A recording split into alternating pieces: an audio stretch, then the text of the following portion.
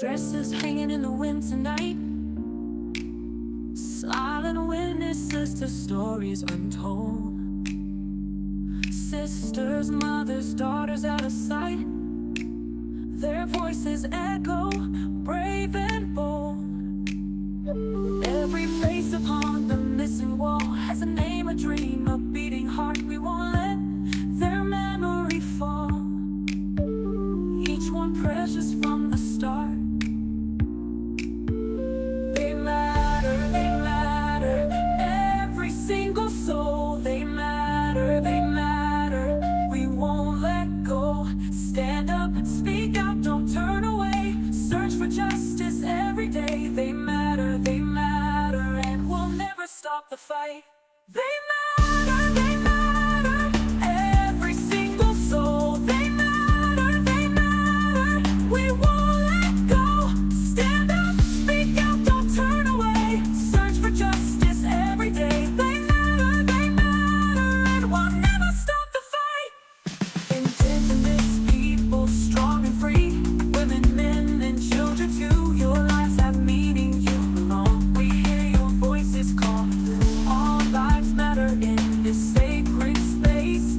Every soul within our human race. True seekers, junkies, unite. We are family, we'll make this right. We will stand up and join the fight. Fight on! They matter, every single soul. They matter, we won't let go. Stand together, such as one, until every case is done. They matter, and love will light the way.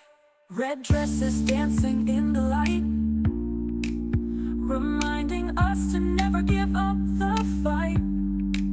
We all matter, we all matter, we all matter. One human family, standing together.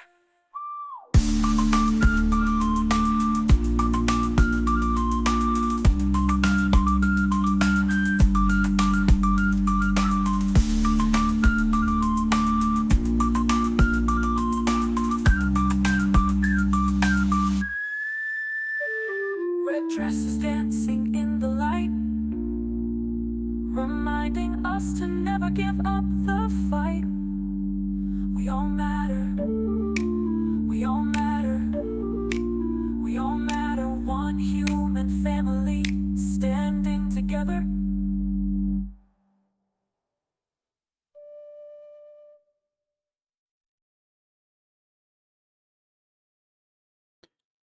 Live on the air, Trial Junkies United presents Justice After Dark with your host, Z. Hey, Katrina. Glad you're digging the song. Irish and Falla and Mustang. Awesome. Therapist, glad to see you, darling. Got a good group. We're going to have some fun tonight. I just have one thing to say. What's that, boo? Before we get going. This all happened without a hitch. We're You've up now and doomed running. us. No. I've got my foil hat on. Well, keep it on. Do not take the foil hat off. Otherwise, it'll just go crazy. Okay. Okay, guys. Greetings to all of our truth seekers and trial junkies and justice warriors. I'm Z, your storyteller in the wilderness of injustice. And my ride or die doc is riding shotgun as we navigate the darkness where the predators hunt and the system fails. You ready to ride, Doc? I'm always ready. Well, tonight we're going to tell stories that deserve to be heard. Stories society would rather leave buried, but we refuse to let silence be betrayal. So buckle up. Every Thursday on Justice After Dark here, we honor our Indigenous and Native and First Nations brothers and sisters.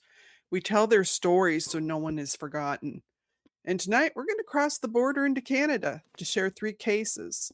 3 Indigenous First Nations women who disappeared and never received the attention, the resources, or the urgency they deserved. These weren't just statistics, they were daughters, sisters, aunts, and friends, and mothers. They had dreams, struggles, and people who loved them. And when they vanish, the system failed them. There's not a lot of information on these cases, so I gathered what I could so we can put their names out there and make sure they're remembered. Sometimes with these cases, because there isn't a lot of information, they get overlooked. So we're not going to do that. So, first of all, we're going to start out with Selina Violet Wallace. And this is going to take us all the way back to February 1971 to Cape Mudge on Quadra Island, British Columbia. Selina Violet Wallace was 19, a young woman described as outspoken, caring, and full of life. She was a member of the Weewakee First Nation. Like so many Indigenous children of her generation, she was a survivor of St. Michael's residential schools in Alert Bay. And you guys are all familiar with how we've talked about Canada's residential school system. Hmm. But for those that aren't, let me paint a picture. These weren't schools.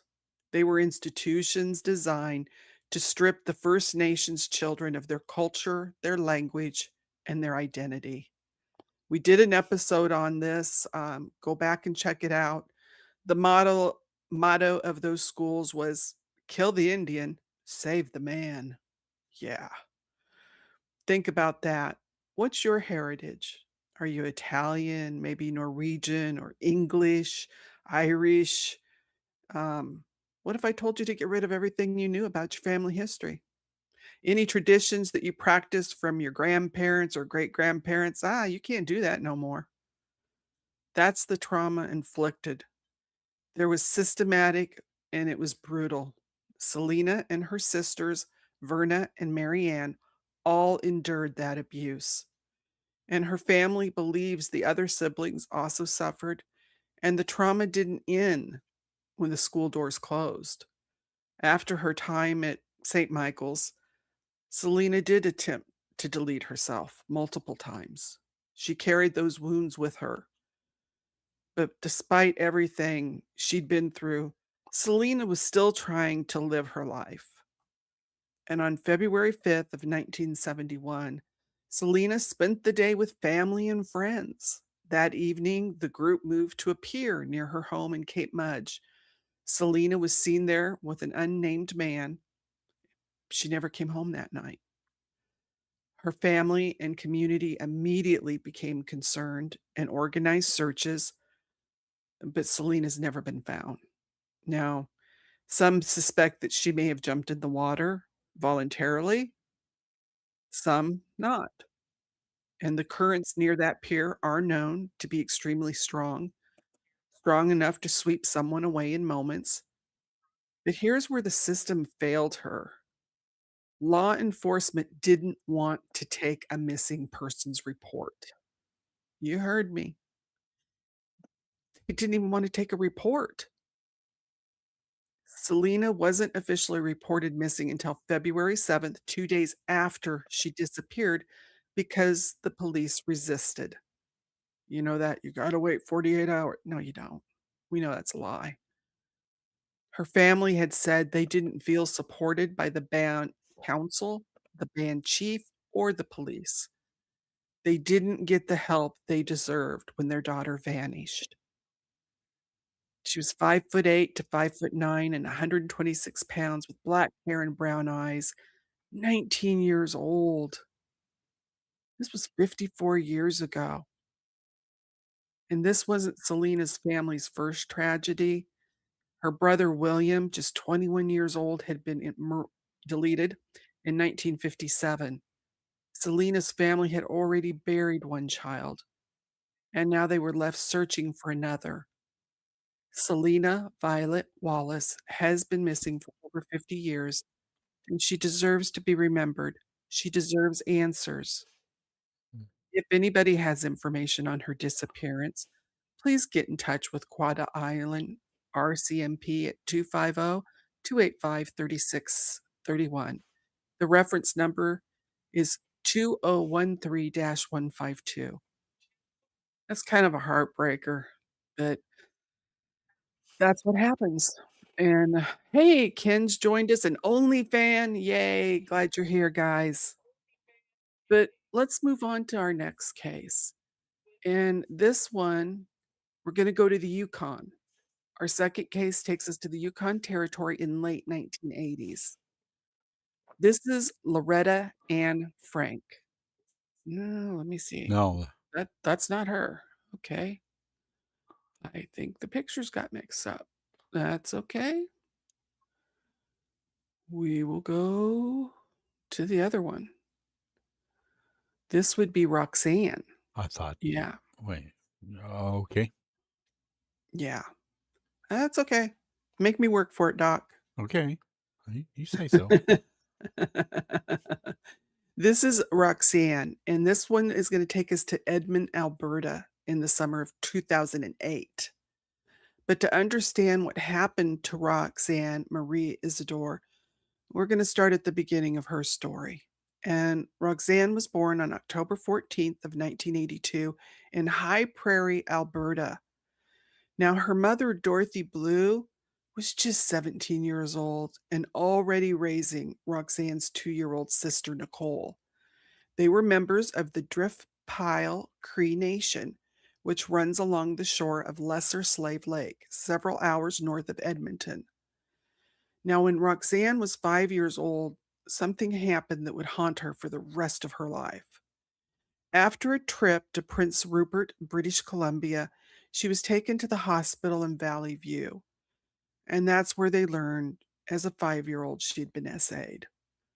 Her grandmother, Angeline Cordell, remembers those nights. She said Roxanne would wake up screaming from nightmares. She was terrified of the dark. Angeline would sleep in the same bed with her, trying to chase away the bad dreams. Little Roxanne would say it was a guy with a beard, and she'd just say it over and over when she woke. Angeline brought her to Native counseling. And for a while, they had to go every other day just to cope. And this revelation that her little sweet granddaughter had been SA devastated Angeline. She said, I collapsed for 3 days. And Roxanne is one of the 25 to 50%, you guys, of Indigenous women in Canada who were SA'd as children. 25 to 50%.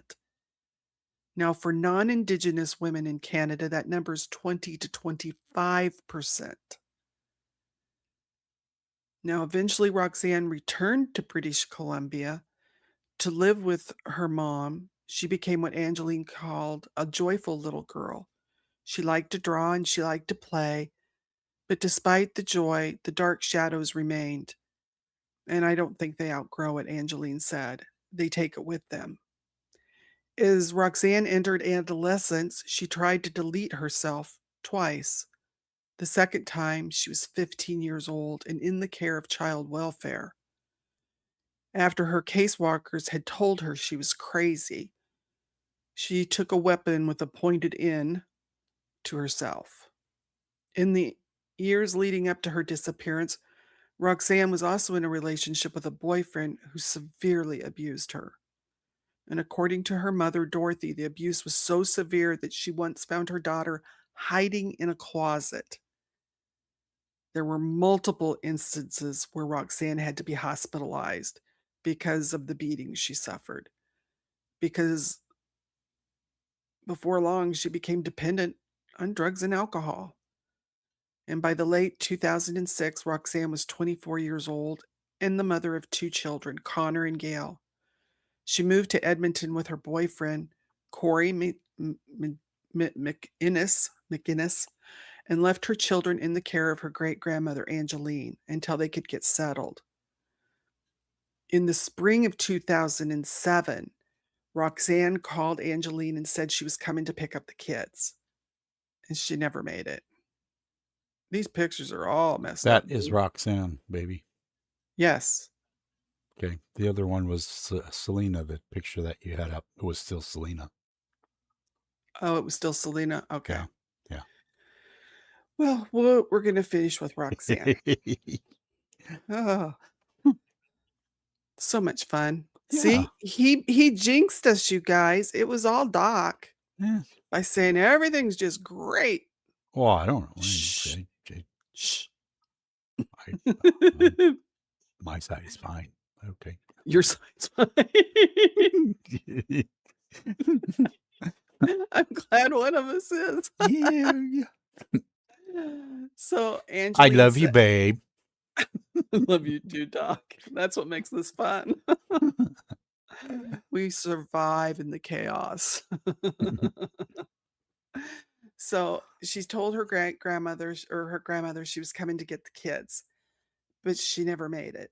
And months later, she gave birth to her third child, a son she named Corey Jr., CJ, and he was taken into the custody of Alberta Social Services, presumably from birth.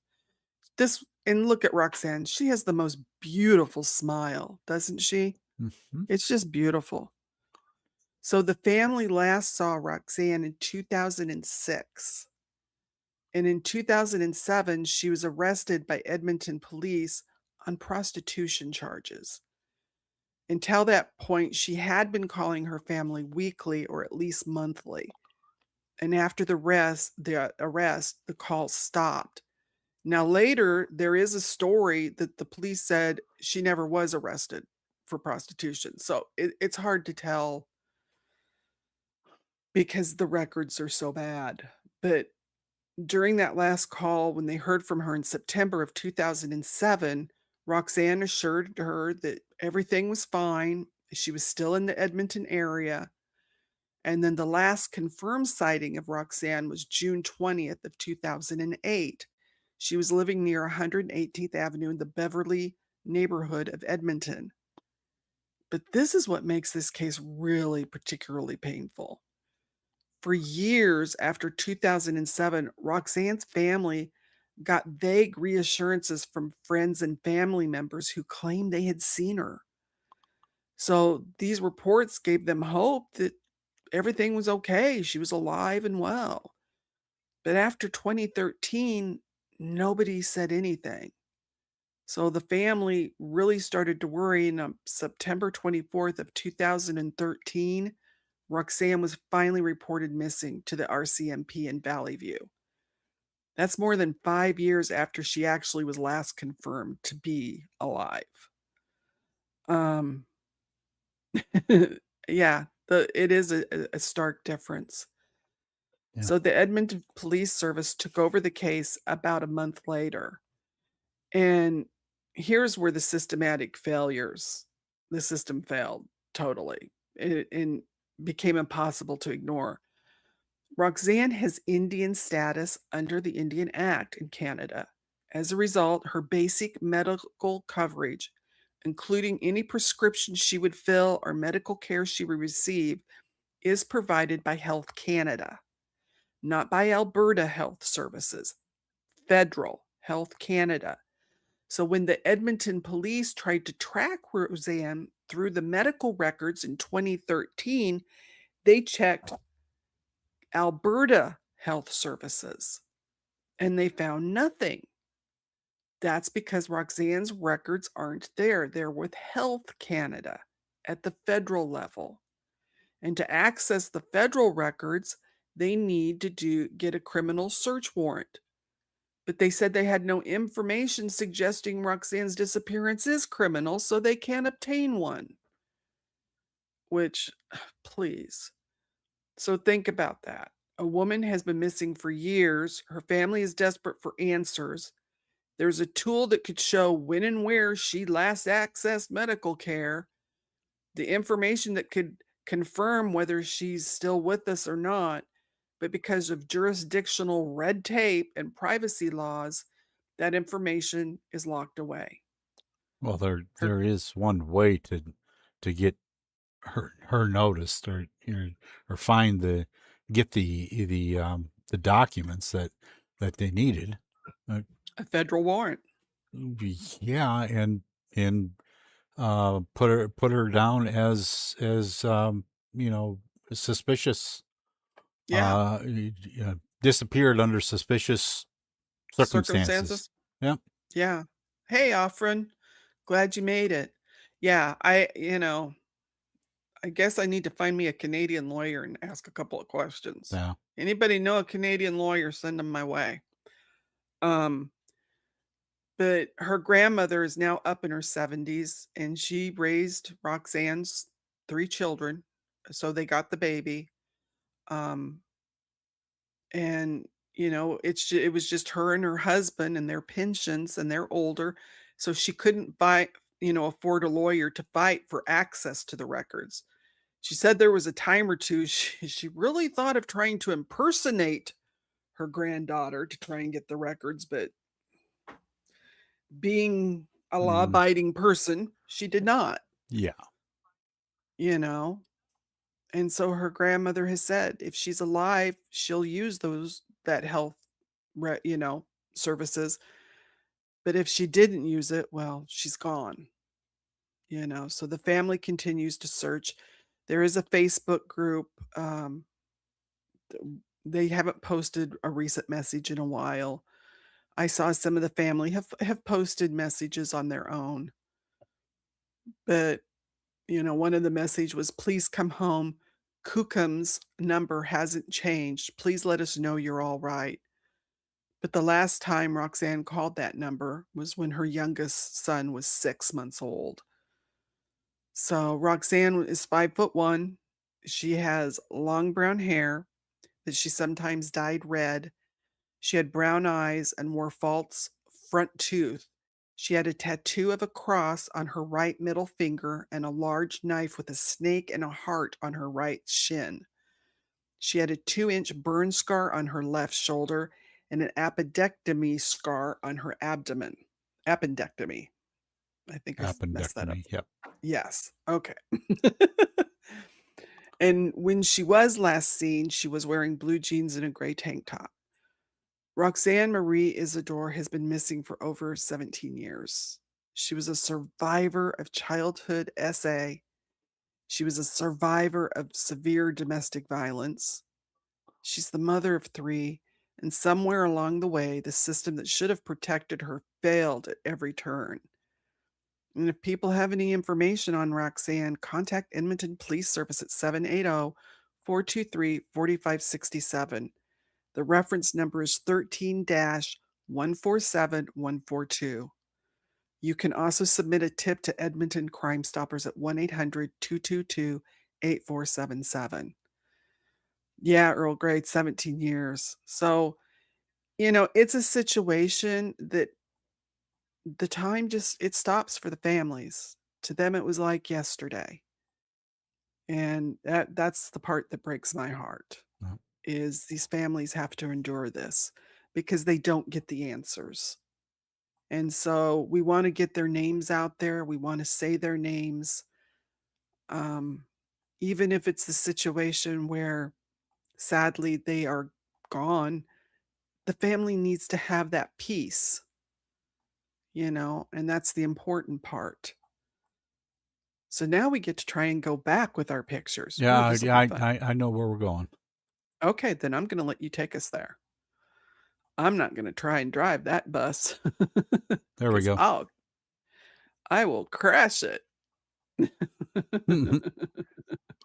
We like, oops, what happened? Okay. Yes. So now we're back at the Yukon, and this is 1980s. This is Loretta Ann Frank, known to everyone who loved her as Lora. She was the youngest of 5 children. She grew up in Lower Post, British Columbia, near the Yukon border, and later lived in Watson Lake and Whitehorse. She was the member of the Tahltan First Nation. Those who knew her remember her fondly. Terry Brown was a former chief of the Tahltan First Nation and also a friend of the Frank family. And she said she still thinks about Lora decades later. She described her as the sweetest little girl and says many people in the community remember her. And it's almost unbelievable that Lora could just vanish. Now, she was struggling. She had been diagnosed with schizophrenia. and the mental health support available to her was virtually non existent. Hmm. And that's not an uncommon story in No. these remote northern communities, where mental health resources are scarce, because we're also talking the 1980s. I don't know if they've gotten any better, but Patricia McIntosh, Laura's sister in law, remembers it clearly. She said Laura had been diagnosed with schizophrenia, and social services had sort of brought her to us and kind of dropped her off at our door with no support at all. She says, I just feel like Laura fell between the cracks and nobody even paid any attention to her. Laura was living with her brother and her sister in law and Patricia in Watson Lake. But the mental health system there was a revolving door of failure. Psychiatrists would visit Watson Lake, but only every 6 months. And it would be a different doctor every time that they came. So every time she went in for a visit, it was like starting at square one, having to go throughout your history with a new doctor. I mean, think about that, because we all hate when we have to get a new doctor and you have to go through all your records and explain things to them. Mm. Well, think if you had to do that every 6 months.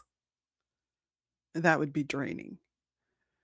And they said there was no, continuity of care, no real treatment plan, just a system that was failing this vulnerable young girl. And about a year later, Laura moved to Whitehorse, where she lived in assisted living and found work. But she wasn't happy and she wanted to go home. And Patricia remembered that they had a Thanksgiving visit and she came home for Thanksgiving and wanted to move back. And Patricia said it was really a hard thing because we didn't feel it was the best for any of us, especially with the lack of support services for her in Watson Lake. So Laura returned to Whitehorse, and soon after, she disappeared. And it was sometime in late 1988 or early 89, officially listed as November 15th of 1989. So it was either late of 88 or early 89, but it didn't get listed until November 15th. Hmm. She was 19, you guys. 19 years old. And her family later heard that Lorna might have met someone and started dating him from Haines, Alaska. Friends said they might have gone to Alaska together, but there was no communication. So suddenly there was no more hearing from Laura. And Patricia said, we didn't hear anything from her. She was just gone. And now here's where the case gets infuriating, because Laura's family says they reported her missing to the police right away. So in the early parts of the year.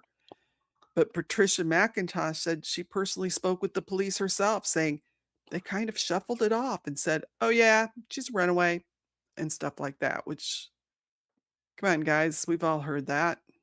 Hey, Earl Grey, thanks for coming. Runaways don't deserve to get tracked down. I mean, that's really. Yeah.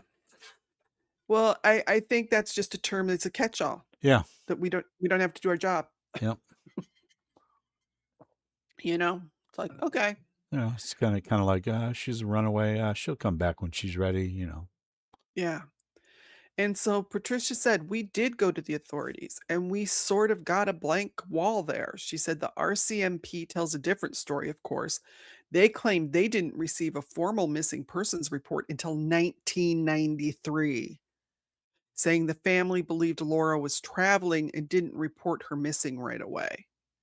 Now, I don't know about all you, but I don't believe them. I Nope. believe her sister-in-law.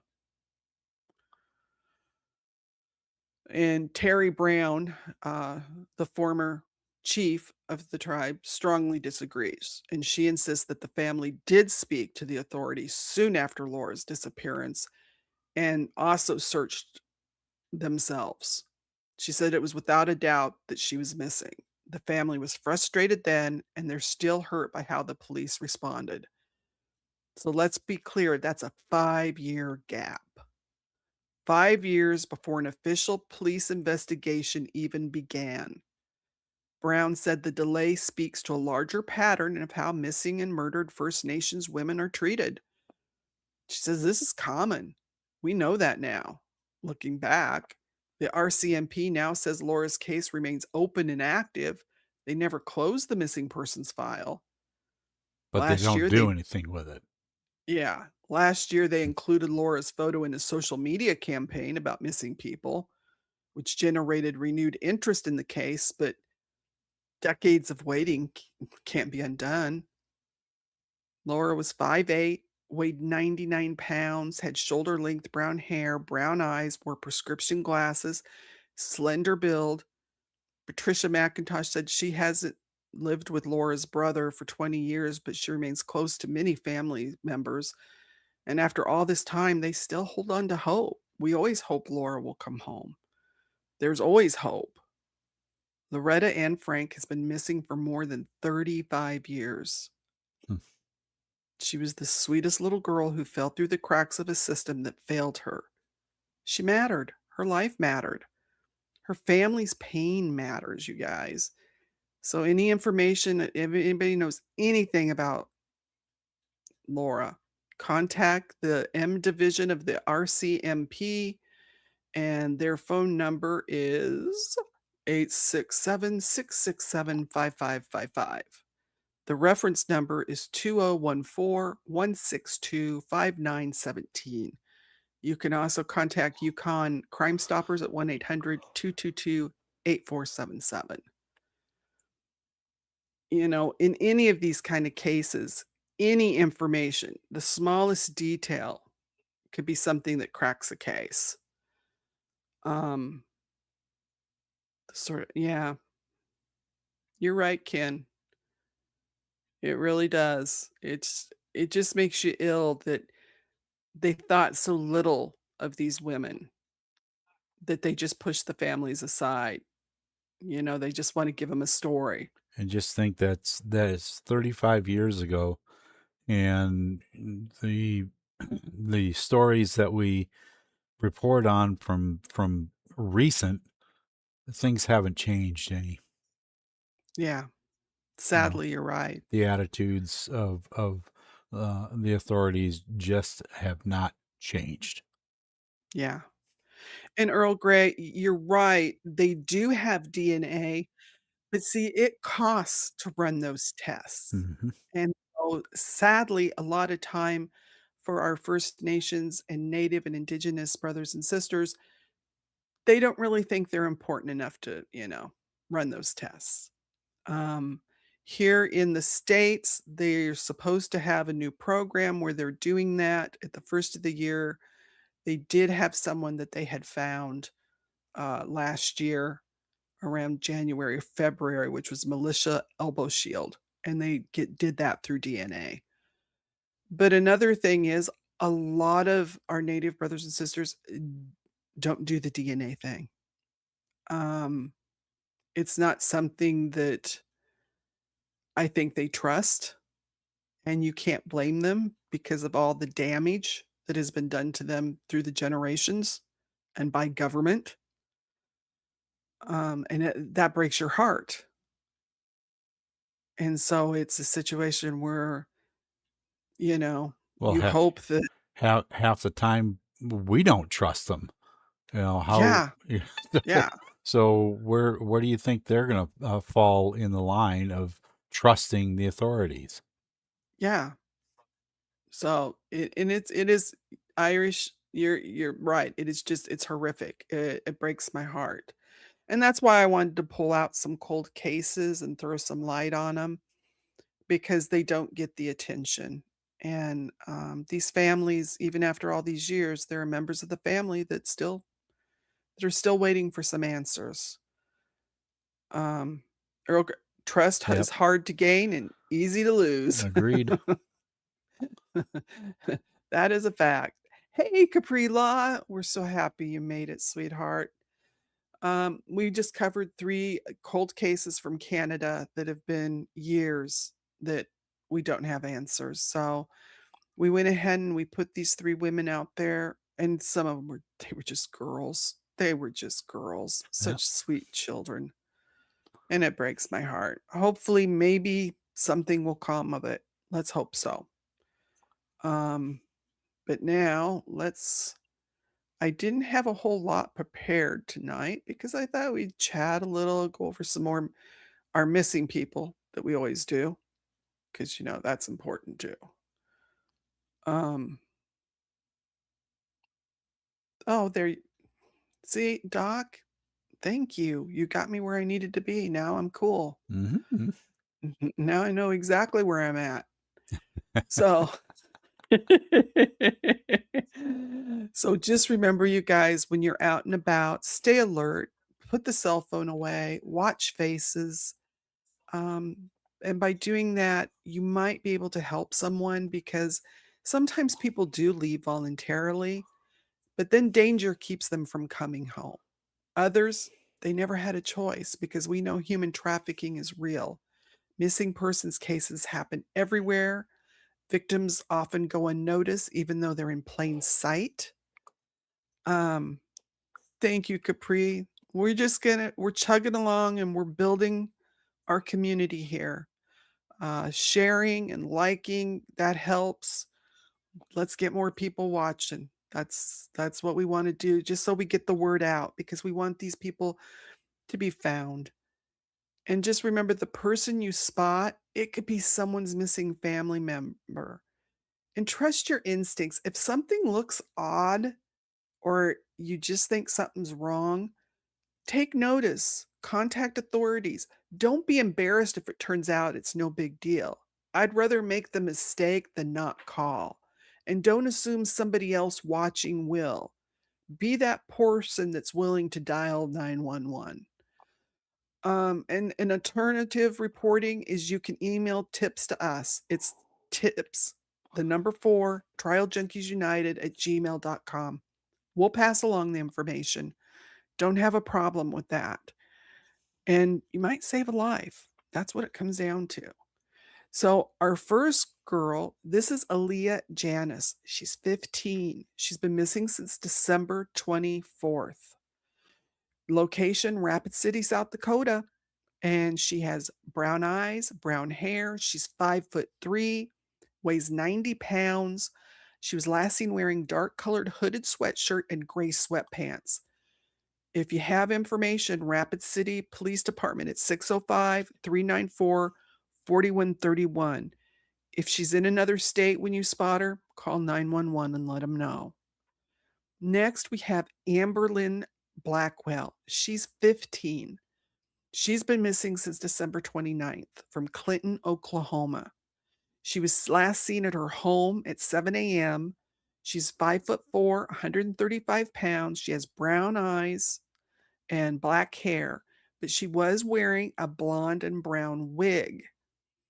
And she had a black zip-up jacket, black sweatpants, white Converse tennis shoes, and her wig. And now her mother said, I got a message on Facebook from a lady who said she saw my daughter at the Martin Luther King parade in Oklahoma City on Sunday. She said my daughter was wearing red joggers and a black jacket and black house shoes. She also said she cut her wig really short like a bob. I believe she's in danger, and she stated she was with a man who told her not to talk to anybody. So she said she's notified the Oklahoma City police, and they are aware and will be looking for her.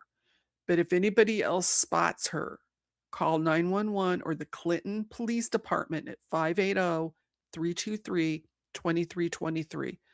Let's get this little girl found because that sounds like she might be in danger big time. Our next one is Brendan Ben Binley. He's 35. He's been missing since December 14th in Chinle, Arizona. And that's probably not how you pronounce it, but y'all know that. He's 6 foot tall, weighs 165 pounds. He has brown eyes and black hair. Last known was wearing a black hoodie, blue jeans, white shoes, and a red Chicago Bulls hat. Then they also said he was seen at a Marathon gas station in Chinle, Arizona. The last contact with Brendan was on Sunday, the 14th of December. He has a large scar on his right eye and a large, round, dark brown birthmark on his left torso. Multiple tattoos, you guys, and a tattoo on his left hand. Brendan is known to abuse alcohol and drugs, but contact the Navajo Police Department and the Chinle District at 928-674-2111 or 2112. Because we don't care if someone has an addiction, we don't hold that against them. We don't know what people have been through. So, hey, Kerrville, good to see you, darling. Yeah, Ken, you're right. Just the littlest tip can help good investigators open up a case. So it's really important. This one is a little scary. He's only 10. This is Joel taken alive. And he's January 22nd. So today he disappeared, and he from Sioux Falls, South Dakota, from the 700 block of South Regal Place around 11 or 1:10 a.m. this morning. He's 4'6", 85 pounds. He has black hair, brown eyes. He was seen wearing an orange shirt with red and white shoes. Contact the Sioux Falls Police Department 605-367-7000 or call 911 because this little guy's out in the cold, and that's dangerous. Yeah, he is Irish, you're right. 10 years old. He's a baby. Don't know what on earth he was thinking, little guy, but you need to get home. And this little one, he's not much bigger. This is Kenos. He's Kenosis. Kenosis, okay. He's 13. He's been missing since December 28th from Calgary, Alberta, Canada. He was last seen at the Central Library, 8003 Street, Southeast. Brown eyes, brown curly shoulder-length hair, maybe braided or twisted. He's 4'10", 90 pounds. He was last seen with a black puffy jacket, light pants, black shoes, red gloves, and a purple backpack. Contact Calgary Police Services, 403-266-1234. The case number is C as in cat, A as in apple, 255-55227-4744. Or contact Crime Stoppers at 1-800-222-8477. Let's get these little guys home. Remember, sadly, traffickers will take little boys, so we want them home. This is Nicole Elise Richards. She's 38. She's been missing since January 17th at 3:40 p.m. Her last location was 9700 block of West Jewel Avenue in Lakewood, Colorado. She's 5'2", weighs 110 pounds, has brown hair, brown eyes. She has a tattoo of a giant Chinese character on her left breast, a beauty mark on her upper lip. They didn't know what she was wearing. She has a silver 2015 Nissan Rogue. So if you got any information on Nicole or that vehicle, contact Lakewood Police at 303-987-7111. Okay. Now here's another, this is an old case, and it's also from Canada. This is Terrence Jarrell Aluk. He was 24 when he disappeared. It was 10 years ago, so he would be 34 now. He went missing October 10th of 2016 from Wabasca, Alberta, Canada. He has brown eyes, brown hair. He's 5'7". He weighs about 210. Last seen wearing a black and red cotton t-shirt and a red and gray cap. He has 2 moles on the chin. He was last seen leaving a party at his aunt's house in Dismarius, Alberta, in the early morning hours. And I probably butchered that name. He's known to frequent Edmonton and Grand Prairie. Contact the RCMP at 780-891-3765. Case number 201-613-62911. So tonight, these 3 women, 3 lives, 3 families are still waiting, along with our other missing people. But Selina Violet Wallace, missing since 1971. Loretta Ann Lora Frank, missing since 1988 or 1989 early. Roxanne Marie Isadore, missing since 2008. These cases span decades, you guys, but they share something in common. They didn't get the attention they deserve, not from law enforcement, not from the media, and not from society. Why? Because they were First Nations, Indigenous women. Because the system has a long, ugly history of treating Indigenous lives as less important, less urgent, less worthy of resources and time. We have to stop marginalizing these cases. These women mattered. They're part of our human family. We're all together on this earth, and when one of us goes missing, we all need to care. Remember, you guys, every killer, predator, abuser, they depend on our silence. Please don't give it to them. If you know something, speak up, because it wasn't a mannequin, it never is. And remember, somebody always knows something out there. And this is a tidbit. Just before we went on the air, I was watching the news. I watch a lot of news. And we did a story a while back on the Starlight Tours in Canada, where the police were taking First Nations people, mostly the men, but they thought there was at least one woman or maybe more, out into the cold, leaving them to die from, the cold. And that was how the police were deleting some of these Indigenous First Nations men. Well, I've heard that that's what ICE is now doing in Minnesota. They have literally stripped people naked if they are of the wrong skin color and leaving them in the woods. Now, the news guy that I was listening to is one of those boots on the ground reporters, and he said, "We're trying to clarify to confirm this." And he was talking to a nurse that was standing there, and she says, "I can give you the information to clarify it.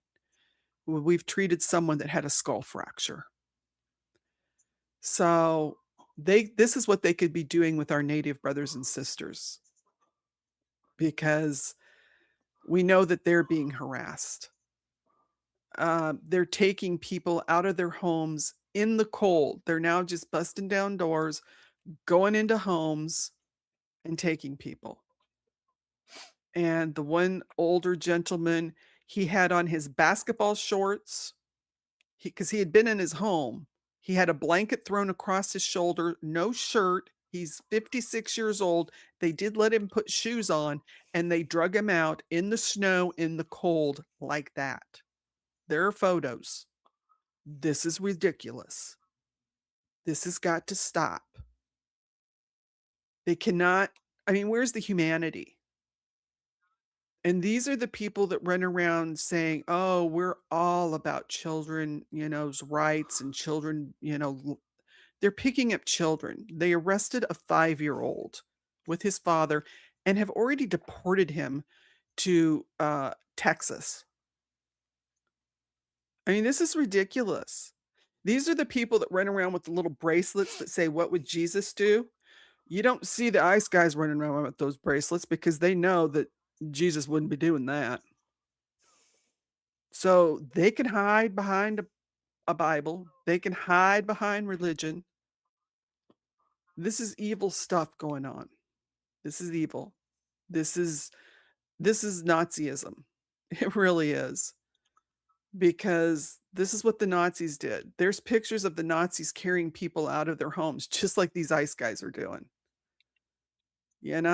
And so it's sad that we're seeing this today in our cities. Like one news reporter said, "Oh, today on the news, we saw this in Iran." "Oh, whoops, sorry, this isn't Iran. This is the US." Yeah, this is the US. I have hopefully an interview coming up with a couple that have been involved in what's going on in Minnesota. But they've been boots on the ground. Her husband was taken, and he was a US citizen and Caucasian. So law and order, it's out the window. Um, they're stopping anybody. We're calling it the Kavanaugh stop because they don't need a reason. It's just if someone looks wrong, if someone's the wrong color, if somebody speaks the wrong language, or they look at you funny, pull them over. It's the Kavanaugh stop. Um, I've created a song. I'll be putting it out soon. So let's make sure because he doesn't like that. He wants his legacy to be something great. Well, Mr. Justice Kavanaugh, um, you need to go back to law school because you've done away with people's rights by thinking it doesn't affect you, and your family. But let me tell you, people, the way the Nazis started, it was with one group. He started with the Jewish people, but then it started getting into other groups because this kind of evil doesn't stop. And so, yeah, you might be white and think, well, it doesn't affect me. I don't have to look. But one day it could be you because maybe you don't go to their club. Maybe you're not part of their church. Maybe you just disagree with them online or they decide to consider you an enemy. They will be knocking on your door, or as we've seen, they just bust it open. So, yeah, we all bleed red. If we take out one of those pointy weapons and cut everybody's hand, we're all going to bleed red. Nobody's going to bleed another color. So let's remember that. We all need to take care of each other. I don't want anybody in danger. It's fine to film. Don't get in the way. And if you get pulled over, just do what they tell you. I know you have rights, but right now they're not listening. Yeah, they They're don't out they to don't care. They don't care no, about your rights. no. We all used to see those YouTube pages on when people would say, "Well, what's your right to stop me and I don't have to show you my ID," and don't play that game because you will get hurt. You will definitely get hurt. Capri Law, you're right. It is silly. It's ridiculous. Because if everybody wants to get technical, the reason people from Europe came over here is because of religious persecution. They were running. They were running from other people. Mm. And so now they're deciding, you know, they're going to start running people out. And they're not keeping track of where people are going. They're locking little kids up. That one little boy, he looked about 10. They pulled him over as he was walking home and they asked him where his papers were. What 10-year-old has his papers? He goes, "Can I go home and get my mom?" And they're like, "No, we're taking you. You're under arrest." He was Yeah, walking home when from I was school. 10 years old, I didn't have anything. No. I mean, they are just Kavanaugh stop, people. It is Mhm. a Kavanaugh stop. Let's make his legacy what he intended. Because it is. That's what it is. It's the Kavanaugh stop. Just because I have an itchy trigger finger and you look funny, okay, pull over. We're going. So, anyone in Minnesota, be careful. And it's not going to stop there, guys. The native tribal councils are talking to all their people on all the reservations. Oklahoma is telling their people what they need to do. But one of the things they were saying that's happening in Minnesota on these Starlight tours that they're taking people on, they're taking their documents when they strip them of their clothes and leave them in the woods. Who knows how many people may be found next year? Think about that. Because trust me, it only takes a few of these crazy people that they've hired that really know nothing to do this kind of stuff. Um Well, I'm glad we give you a place to rant. I try not to, and I don't I am not a political person. I won't do politics. What I'm doing is the legal part because the legal part is wrong. They're doing away with the Fourth Amendment. They're not reading the Constitution. They're just chucking it out the door. It's like they have a paper shredder and they're just we don't need to pay attention to this no more. Um it's like if I don't like this, oh, okay, well, we don't need this no more. And it's just I keep stressing we're all of the same human family, and that's what it's about. Everybody has their rights. We see trials. Right now, the trial, we did the story on the native Nathan chasing horse that kind of started that where he was going after little girls and then marrying them and all that craziness. Well, his trial has started in Las Vegas. Unfortunately, it is not online. I'd give anything to be watching that trial because I'm hoping they send him up for good. But He you know, he was the the guy that was in Dances with Wolves, isn't he? yeah, he was the And one that played the little the kid. kid, yeah, He smiles a played lot, I the think. Yeah. Yes. And so his trial is ongoing right now. Okay. Um, and we have to tell the stories. We have to get it out there. We have to let them know that even though the things that this man has done are horrendous and I'm ready for them to put him under the jail, he still has his legal rights. He still gets to go to trial. He still gets a jury to listen to the story. We can't take those rights even from the obviously guilty people. I mean, think of Wade Wilson. We all knew he did it. He still had a right to a trial. Because once you take away even the bad guy's rights, you take away the rights from us all. And right now, ICE, they're just throwing them out the window.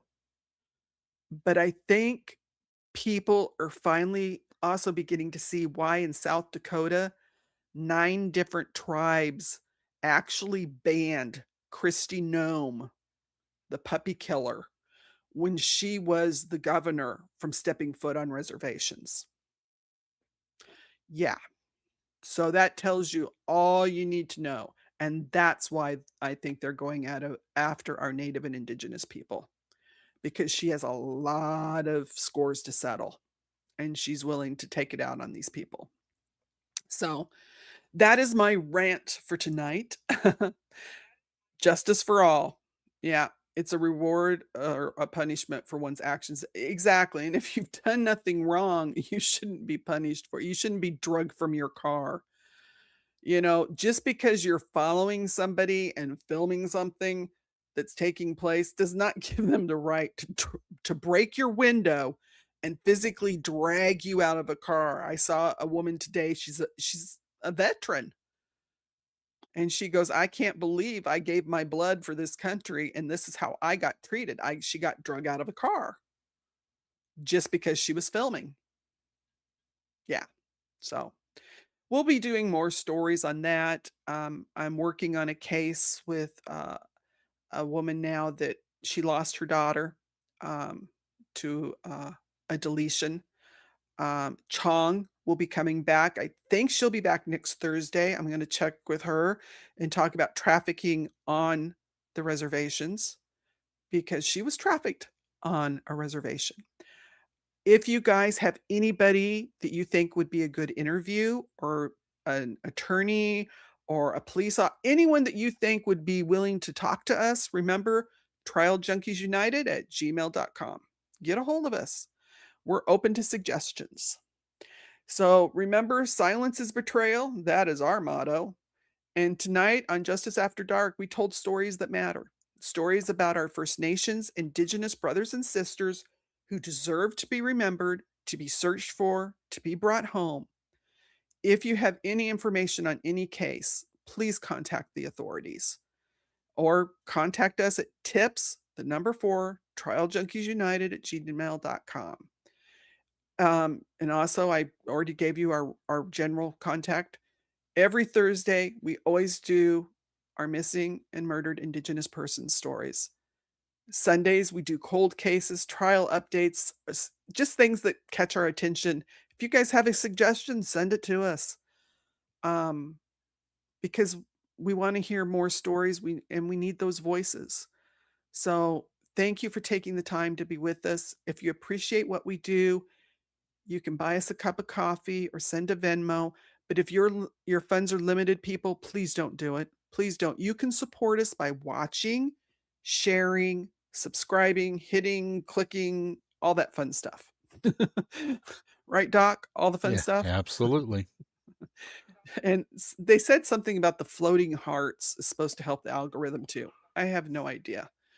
But until next time, everybody stay informed, stay compassionate, keep seeking truth, keep demanding justice for all.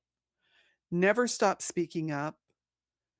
That, we do it respectfully and politely, but we speak up. Debate is fine. I love a good debate, don't I, Doc?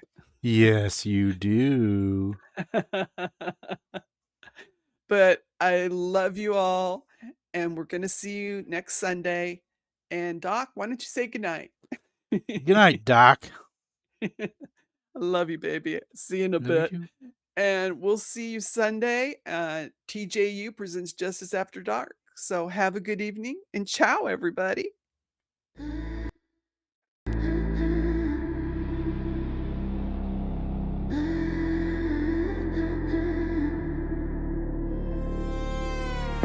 Greetings, truth seekers and justice warriors.